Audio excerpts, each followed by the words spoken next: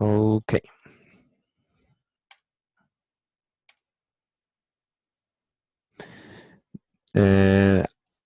Are you seeing the Jupyter Notebook right now? Yes. Yes? Okay, so everything's fine Yes. then. Okay, let's start with let's not start directly with the code and the math. Let's start asking how are you doing with the quarantine related issues? Are you doing fine? You are having troubles to concentrate? Tell me a little bit about that first. Uh, Benjamin is saying yes, but I'm not sure of what. Sometimes, in my case, sometimes the internet gets frozen, so I cannot hear very well all the explanations. If something like that happens again, tell me and I can repeat everything. Yeah, no, but in general. I mean, in general, in every course, sometimes I have to leave that. But I think other people. Yes. I think other people live the same. And did you answer the form that the professor had? The one about the asking about this online. It was like a way? survey. Yes, the survey. Yeah. Yeah, I did. And what were the questions? What do you? What are your opinions on this new format? I think it's good. I suggested the same that the other students suggested the last class, that was trying to post the presentation before the lecture begins, so we can improve our participation. Okay. Someone else has another opinion about the TAs or the classes? Being the TAs, the tutorials, by the way.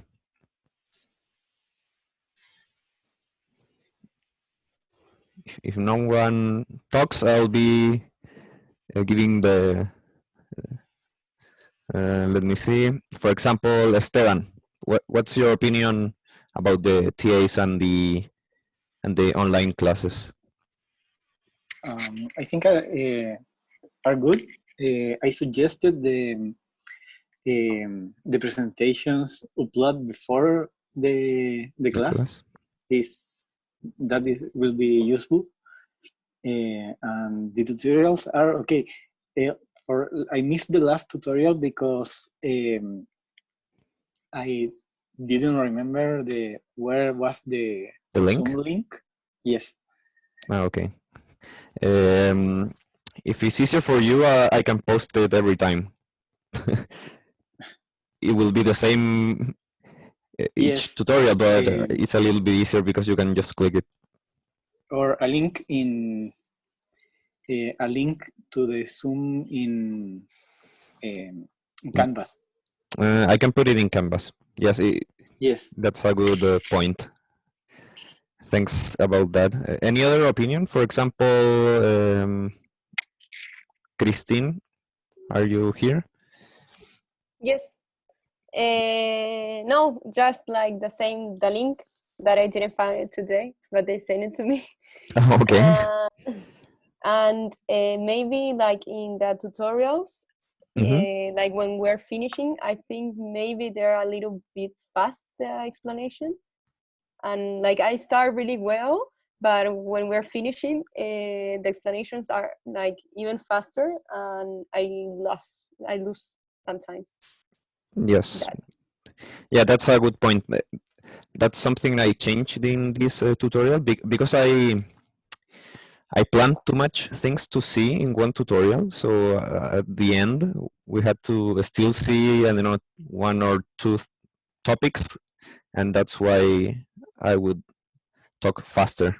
That's a good point. Let's see if that that issue is solved in this tutorial. Let's hope. Another opinion about the classes or about the tutorials, so we can improve. It doesn't matter if it's a bad opinion, the tutorials suck or the classes suck. The important thing is to improve.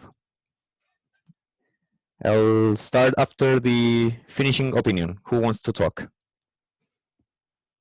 I agree with Christine. I think that the tutorials are very good, but towards the end, I tend to get lost.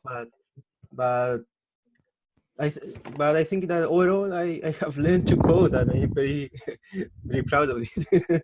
Nice. The activities in between the tutorials, do you find them useful, or it should be better just to put a few exercises and you can do it at home? Or is it good to do it in this modality of making groups? Because the first tutorial, everyone just did the solutions by itself, but now I'm implementing this thing about the groups and stuff. Did you like that modality, or do you prefer to solve the things alone? I think it's better by groups, because like people like me that haven't done Python before, like you can see everything, and it's better explained like by groups. That's my opinion. I don't know the rest. Someone disagrees about that? No? Okay. Just to remind you to answer the survey that the Professor Carlos Singlong put in the course page, if you haven't done it, because yesterday just one person did, and that's important for us to improve. Now I'll start with the topics of the class. First, I'll start with the solutions of the past tutorial. The first activity was about reading a TXT file that you needed to generate, and in a line before, if you remember. And I suggested to use the split function. The solution is this one. What I did here is import the series function just to create a container to put the numbers that I will be reading. And I generated three vectors, x, y, 1, and y2. y1 will have the cosine of x, and y2 will have the sine of x. Those were the two files that we needed to read. If you remember from the past tutorial, to read a file, what you do is with open the file name as file, and then you do a for loop or a while or whatever of this file, and each element of this file will give you a line of the file. So this line is a string that you can split. That means that when it finds a space, for example, if you had that the line is equal to this thing right here, 0.2 or 0.1 space 4, the split function, what it will do is that it will give you 0.2 and another string that is 4. So here I did a split function, and I used the first term that was the x axis value, and with the one that's the second element, that is the cosine or the y value, and then assign the x to a variable x and the y to the variable y. And I did the same with the sine. Then you just plot x, y1, and y2. In the instructions, I said that the cosine needed to be with dashed lines, so that's why I put that here. And sorry, grid. And as you can see, we have something that we didn't have before. That is, let me put that here. Okay, this part here is called the legend of the functions, and it can be specified in two ways. One is by using the function legends, and you put an array or a list with strings, and each string corresponds with the name or the label of the that will be displayed in the legend. For example, the first one, I put cosine, and as I plotted first the cosine function that was in dashed lines, the label cosine will be assigned to that one here. And the same for the second one. That's one way to put the legends. Another way is to remove that here and add a label parameter here in the plot function. For example, cosine of x and sine of x. Whoops.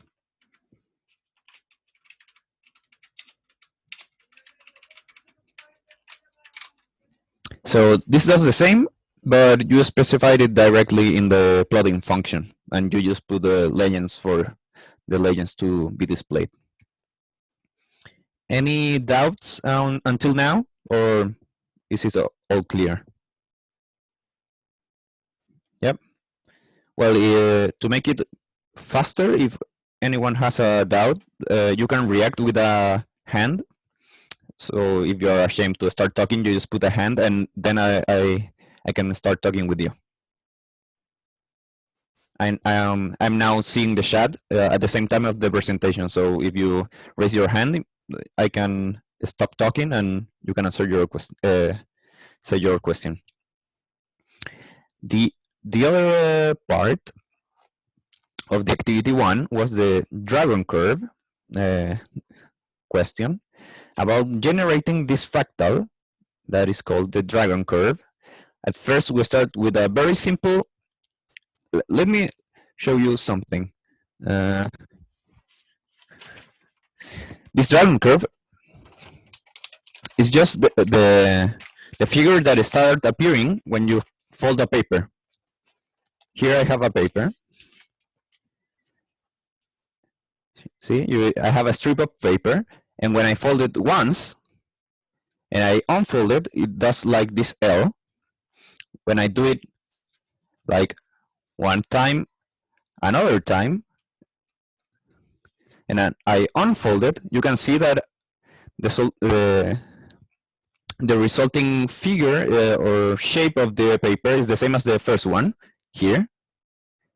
Then, if I do it again,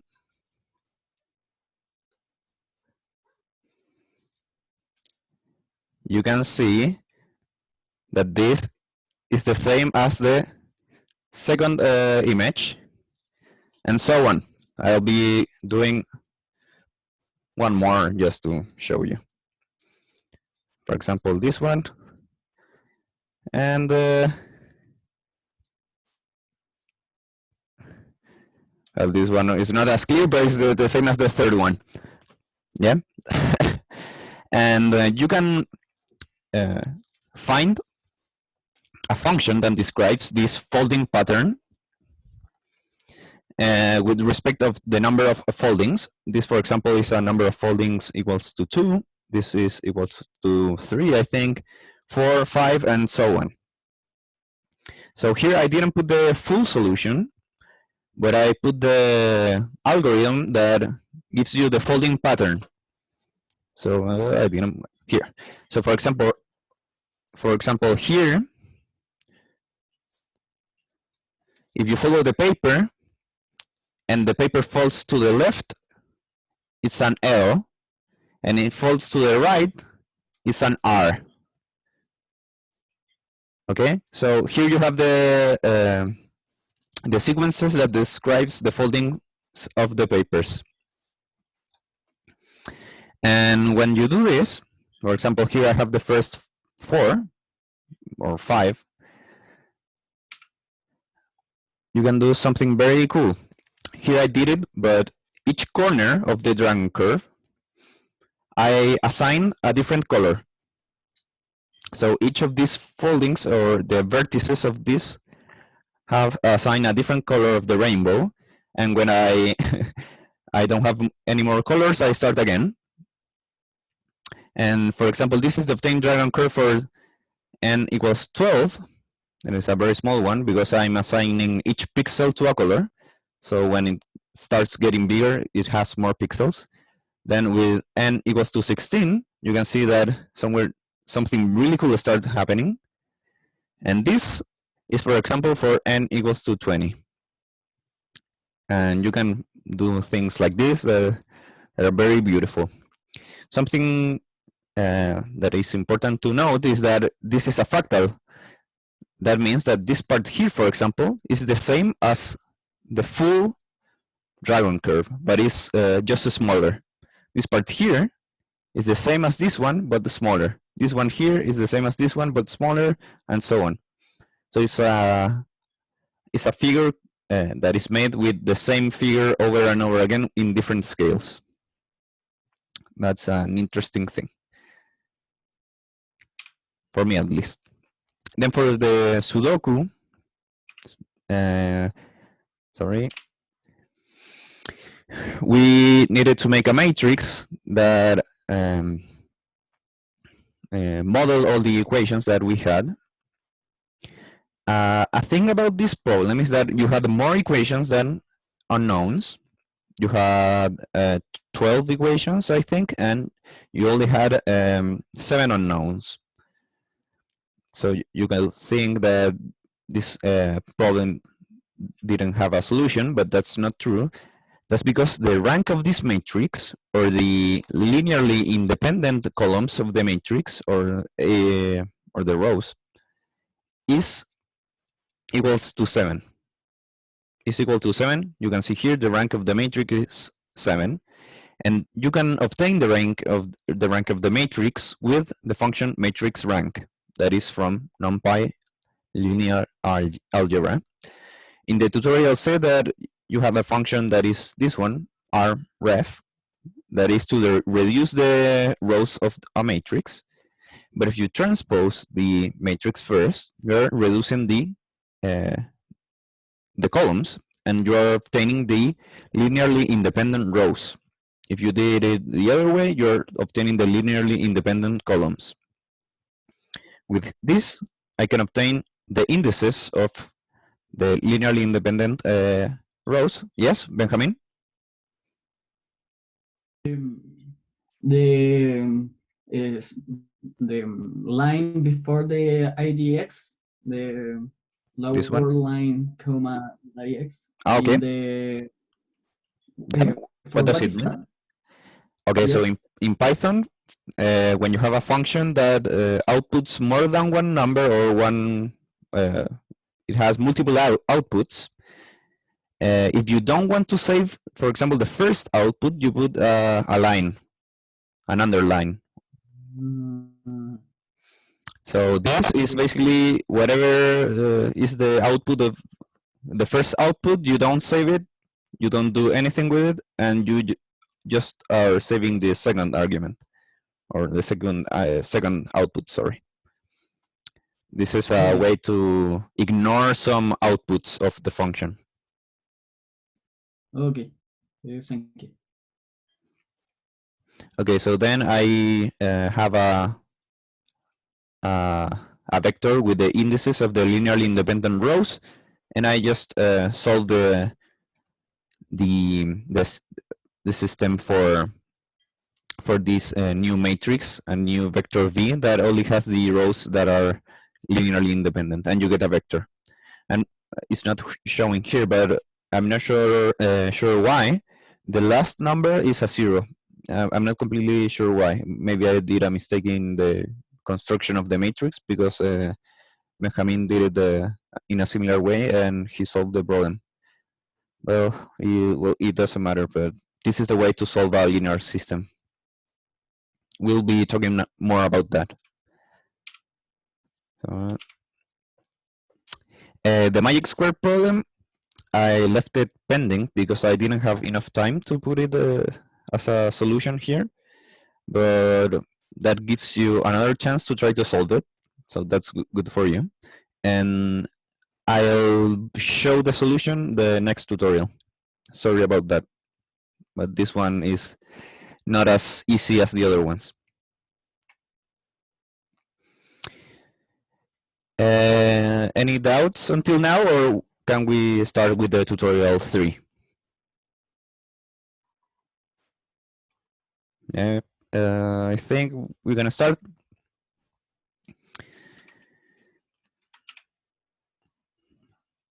Okay. Let me first do something, because without wanting, I closed the chat, so I cannot see the people raising the hand now.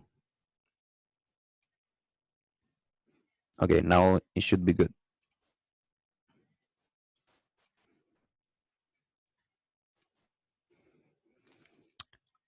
Okay, Rocio, we will always use this link for the TAs? Yes. We will always use the same link every TA. Okay, let's start with the part of solving linear systems. For square matrices, to solve a linear system is very easy, to say it that way, because we can put a matrix, a vector. All the dimensions of the matrix are the same. That's why you have n and n here, and then that has a result of another vector that it has the same length as x. When the matrix A has full rank, that means that when you do the rank function, it gives you the same number as the dimension of the matrix. For example, if you have a matrix with a dimension 3, or a 3 by 3 matrix, and the rank is 3, you can calculate the inverse of the matrix. And you can do it with linalg.solve in the NumPy package. The full rank part is very important, because if you have a matrix that it doesn't have a full rank, the inverse does not exist. It will say when you try to do it that your solution is singular. That means that the determinant of the matrix is equal to 0, and therefore the inverse does not exist. Okay, and this is an example. I have a matrix here, 4, 3, minus 5, 9, a vector 20, 26, and I want to solve this system. Note that I calculated the rank of the matrix after solving it. That is because I already know that this has a solution, and I just wanted to show you that it has a rank 2, and it's a 2 by 2 matrix. That means that it has a full rank. So that means we can calculate the inverse and therefore solve the system. And here I'm plotting the solution. The solution is 2, 4. And what that means is that if you multiply A and X, it must give you B. That's why when you subtract B, it gives you 0, 0. That means that the solution is a solution, a correct solution.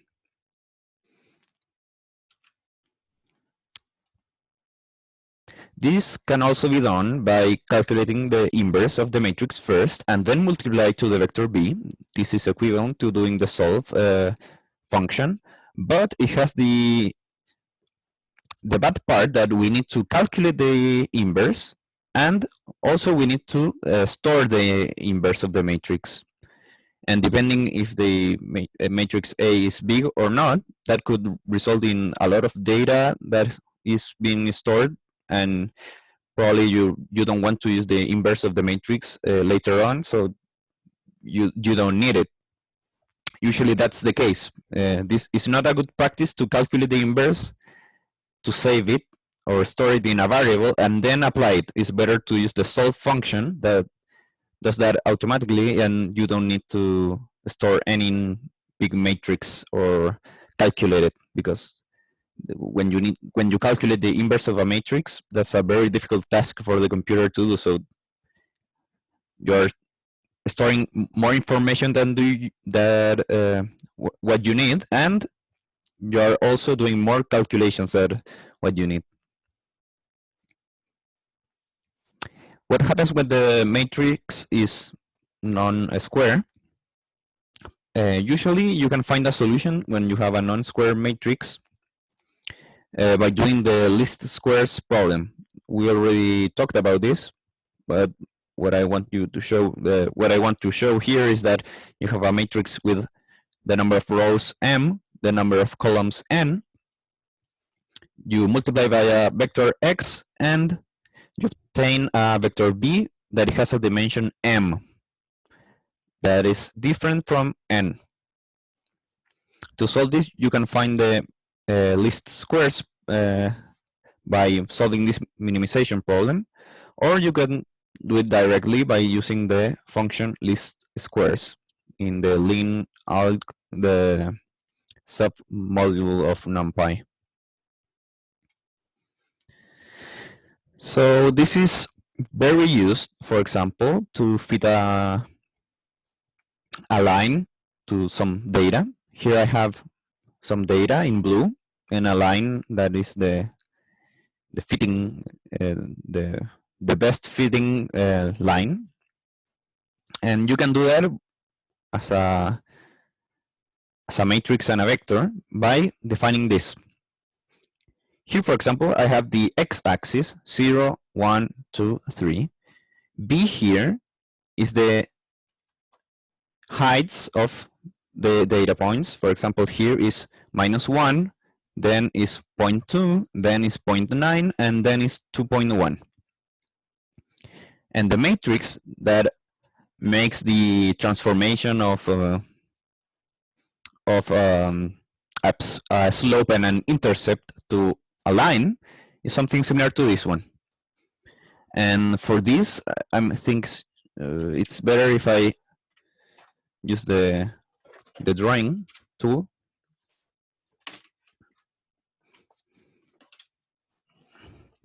Okay, now you should be able to see the pen. Previously, it was just a tiny dot.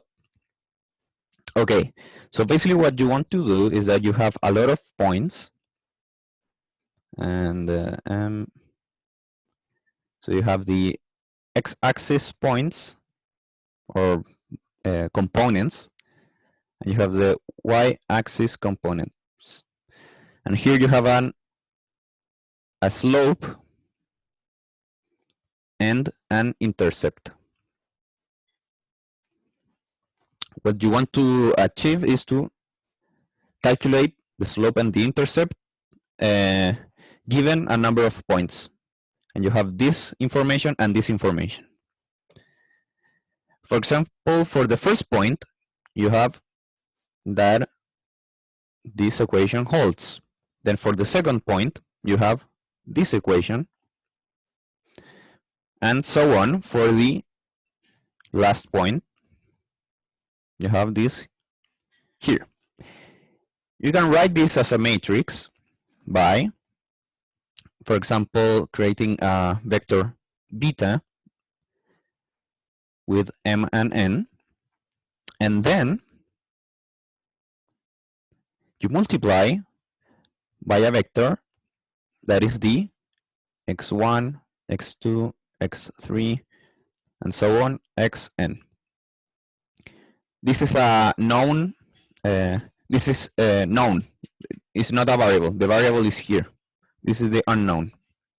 We don't know the m and n's, but the x we know them because they are the x-axis component of some points.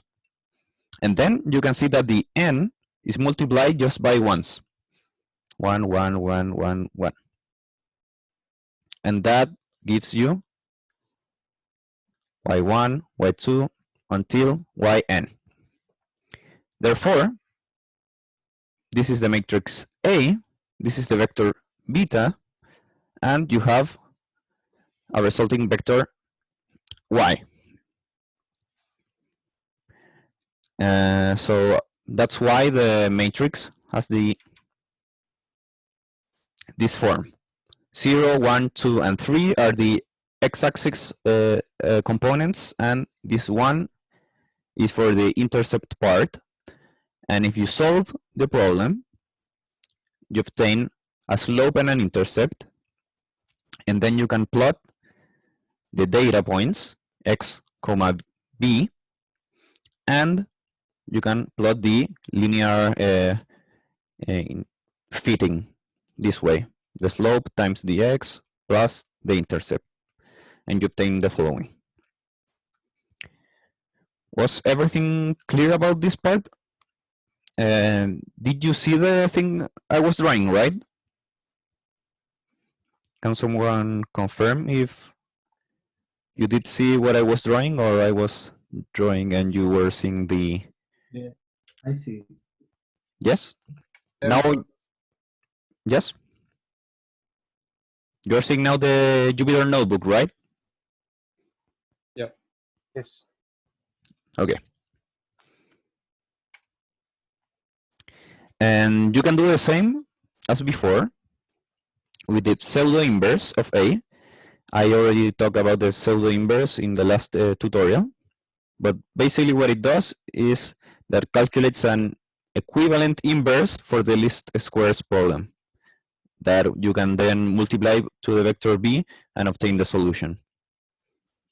So I think I didn't run this cell. Then you run that cell and then run this cell here. You obtain the slope and the intercept. This is what it's called usually as a linear regression.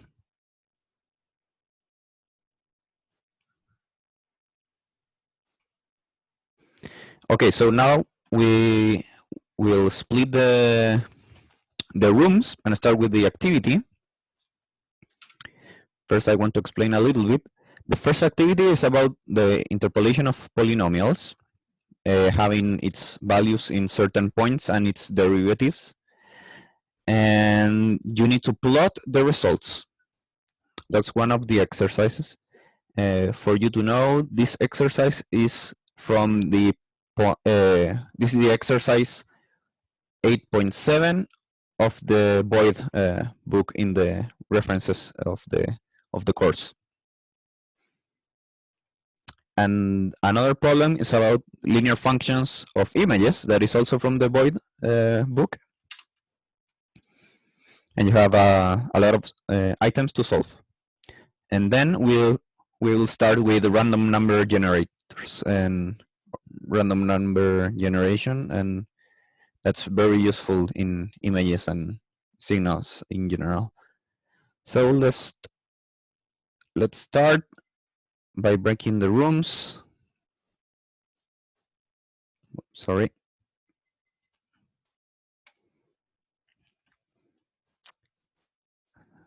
We have the